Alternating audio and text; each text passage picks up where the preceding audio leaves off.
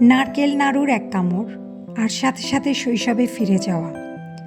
উৎসবের আনন্দ হোক কিংবা বিকেলের আড্ডা, এক প্লেট তাজা নারকেল নাড়ু ছাড়া যেন চলেই না। আর সেই নাড়ু যদি হয় নরম তুলতুলে আর রসালো, তাহলে তো আর কোনো কথাই নেই। হ্যালো ভিউয়ার্স, আসসালামু আলাইকুম। This is Mahbuba from Mahbuba's blog.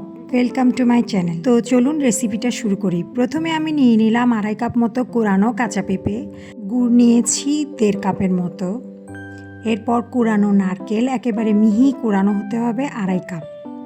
একটা বোলে প্রথমেই কাঁচা পেঁপেগুলো নিয়ে নিলাম, এরপর নর্মাল পানি দিয়ে কচলে ভালোভাবে ধুয়ে নিতে হবে, যাতে পেঁপেতে থাকা কষগুলো ভালোভাবে চলে যায়। ঠিক এই প্রসেসে 3 বার ধুয়ে নিতে হবে।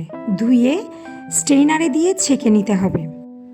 এবার একটা প্যানে পানি গরম করে নিব। পানিটা এমনভাবে নিতে হবে যাতে কাঁচা পেঁপেগুলো ভালোভাবে ডুবে থাকে।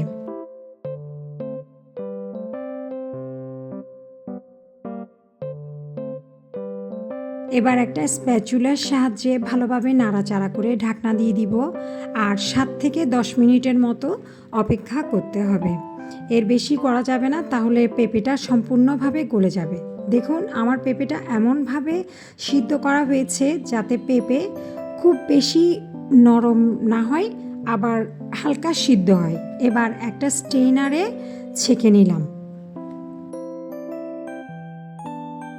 স্ট্রেনারে ঢালার পর একটা স্প্যাচুলার সাহায্যে পানিগুলো ভালোভাবে চেপে নিতে হবে। ভালোভাবে চেপে নেওয়ার পর আমার 2.5 কাপ পেঁপে মাত্র 1/2 কাপ হয়ে আসছে। এবার একটা প্যানে 1.5 কাপ মতো গুড় নিয়ে নিব। গুড়গুলো দেওয়ার পর চুলার আঁচ একেবারেই ছোট করে দিতে হবে, নয়তো নিচে লেগে যেতে পারে।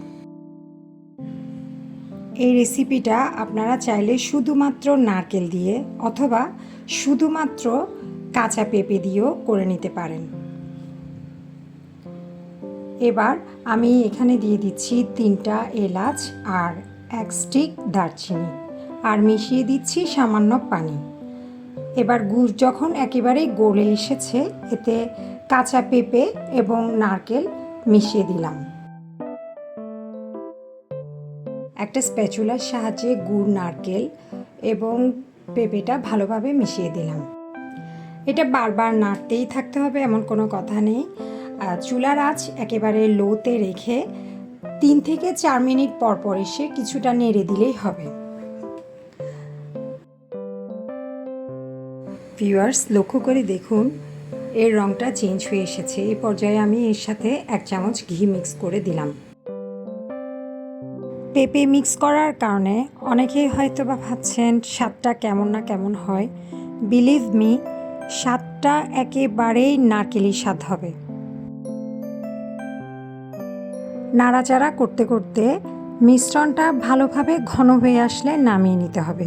একটা ব্যাপার লক্ষ্য রাখতে হবে, খুব বেশি শুকিয়ে ফেলা যাবে না, তাহলে কিন্তু রসালো ভাবটা চলে যাবে। এবার আমি এটা একটা প্লেটে ঢেলে নিলাম আর হালকা ঠান্ডা করে নিতে হবে। হালকা গরম থাকতেই নাড়ুগুলো তৈরি করে নিতে হবে, নয়তো নাড়ুগুলো ভেঙে ভেঙে যাওয়ার সম্ভাবনাটাই বেশি থাকে।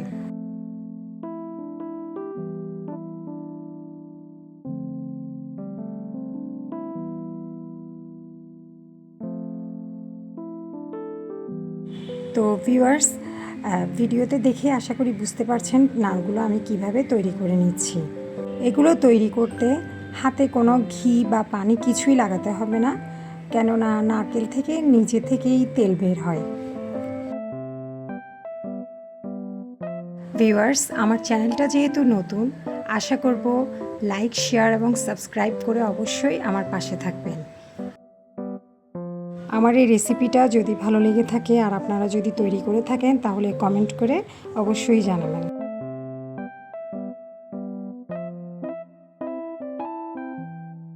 তো ভিউয়ার্স, দেখতে দেখতে আমার নাড়ুগুলো সম্পূর্ণ রেডি হয়ে গেল। এখানে আমার টোটাল 28টার মতো নাড়ু হয়েছিল।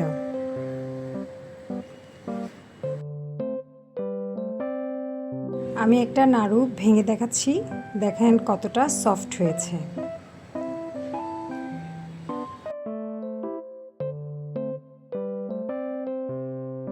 এতক্ষণ সাথে থাকার জন্য অনেক অনেক ধন্যবাদ।